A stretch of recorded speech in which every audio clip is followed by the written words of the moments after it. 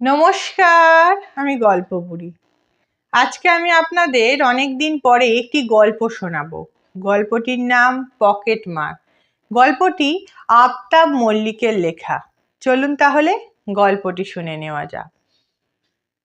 2 মাস আগে তনুশ্রী বিএড কলেজে অ্যাডমিশন নিয়েছে, আর এই 2 মাস ও ট্রেনে করেই কলেজে যাচ্ছে। অবশ্য একা না, সাথে ওর স্কুল জীবনের বান্ধবী দোলাও থাকে। সেও বিএড করছে ওর সাথে।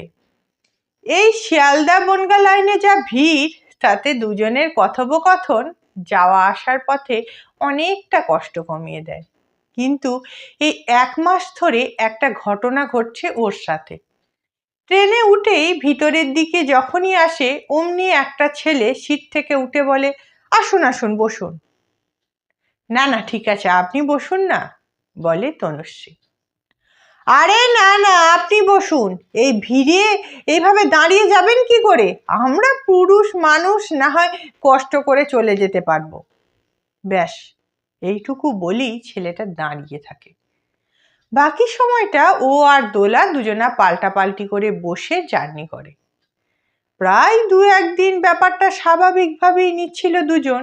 ভেবেছিল হয়তো সত্যিই সিম্প্যাথি দেখাচ্ছে ছেলেটা। কিন্তু এই ঘটনাটা বারবার হয়ে যাচ্ছে দেখে দোলা বলে, জানিস তনু, ছেলেটা মনে হয় তোকে পছন্দ করে, হয়তো মনে মনে ভালোবাসতে শুরু করেছে। ধুর, কি বলিস এসব? খানিকটা লজ্জা পেয়ে বলে তনুশ্রী। ঠিকই বলছি, আমি দেখেছি উনি সবসময় আপনার দিকে মুগ্ধ হয়ে তাকিয়ে থাকে। আর যদি তোকে পছন্দ করি তাতে আপত্তি কিসের? দেখ, ছেলেটা কিন্তু বেশ দেখতে। ইস, আমার ভাগ্যে যদি এরম একটা জুটতো। এই তুই চুপ কর তো, তোর সবটাতে ফাজলামি। স্কুল জীবনের সেই রোগটা এখনো যায়নি মনে হচ্ছে। যাই হোক, এরকম করে চলতে থাকে আরো 2 মাস। ধীরে ধীরে তনুশ্রীর মনটা যেন দুর্বল হয়ে যাচ্ছিল ছেলেটার প্রতি। কিন্তু ও তো ছেলেটার সম্পর্কে কিছুই জানে না। তাতে কি, একদিন বসে কথা বললেই হলো, মনে মনে ভাবে তনুশ্রী। আজ ট্রেনে ওঠার আগেই তনুশ্রী মনে ভাবতে থাকে যে সে ছেলেটাকে লক্ষ্য করবে আর চোখে। দোলার কথাটা সঠিক কিনা। কিন্তু ট্রেনে উঠতেই সেই রোজকার চেনা ঘটনার পুনরাবৃত্তি। আজ তনুশ্রী বারবার চোখাচোখি হচ্ছে, আর তাতে দোলার কথাটাই ঠিক প্রমাণ হচ্ছে। ছেলেটা সত্যিই ওর দিকে চেয়ে থাকে। পরের স্টেশন ছাড়ার 1-2 মিনিট আগে একটা হঠাৎ মাঝবয়সী লোক ছেলেটাকে লক্ষ্য করে বলে, এই ছেলেটা পকেট মার। গত সপ্তাহে স্টেশন থেকে ট্রেন ছেড়ে দেওয়ার সময় আমার মানি ব্যাগটা ছিনতাই করে নিয়ে ট্রেন থেকে নেমে গেছিল। ছেলেটার প্রতিবাদ বাকি যাত্রীদের ধস্তাধস্তি আর 2-একটা কিলচরের কাছে বেশিক্ষণ টেকেনি। কয়েকজন যাত্রী বলে, পরের স্টেশনে ওকে কিন্তু আরপিএফ এর হাতে তুলে দিতে হবে। পরের স্টেশনে এলে ছেলেটাকে ধরে কয়েকজন যাত্রী নামিয়ে নিয়ে যায়। এই পুরো ঘটনাটা যেন এক নিমেষের মধ্যে ঘটে গেল তনুশ্রী আর দোলার চোখের সামনে। সেই দিন আর ক্লাসে ওর মন বসেনি। বাড়ি ফিরে খুব মন খারাপ লাগছিল তনুশ্রীর। ঘটনাটা পর কয়েক মাস কেটে গেছে।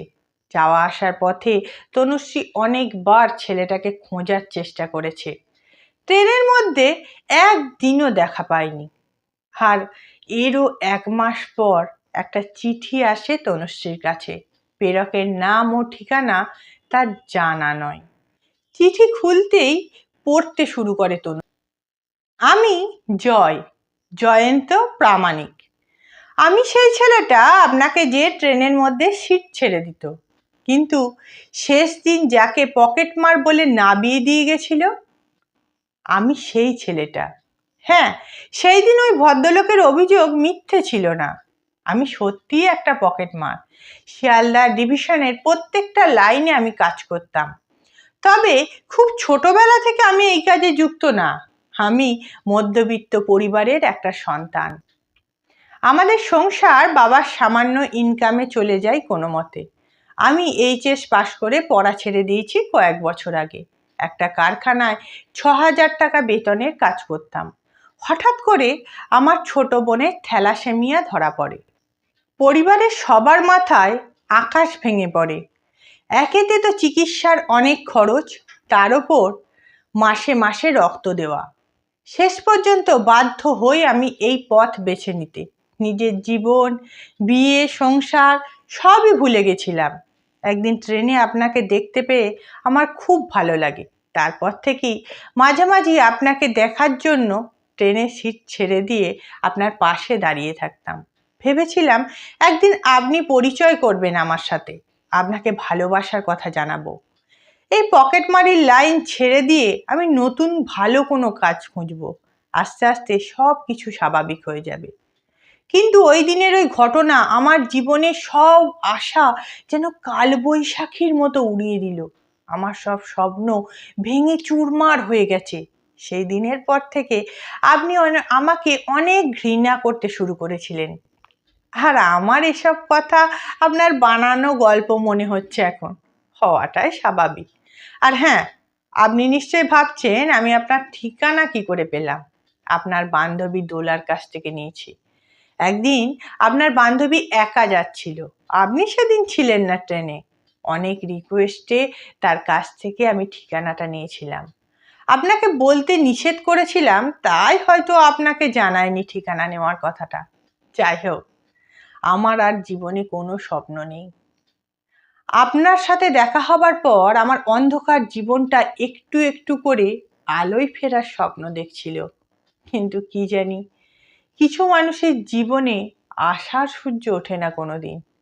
আমারও বাকি জীবনটা এইভাবেই অন্ধকারে কেটে যাবে। অনেক সময় নিয়ে ফেললাম আপনার। শেষে একটা কথা বলি, আপনি অনেক সুন্দর। ভালো থাকবেন, আর আমার বোনের জন্য একটু প্রার্থনা করবেন। চিঠিটা পড়ে টুকরে কেঁদে ওঠে তনুশ্রী। এক পৃথিবী কষ্ট দলা পাকিয়ে ওঠে ওর বুকে। ঠিকানা দেওয়ার সময় যদি ছেলেটার ফোন নাম্বার নিত দোলা, তাহলে আজ মনের কথাটা একবার অন্তত বলতে পারতো তাকে।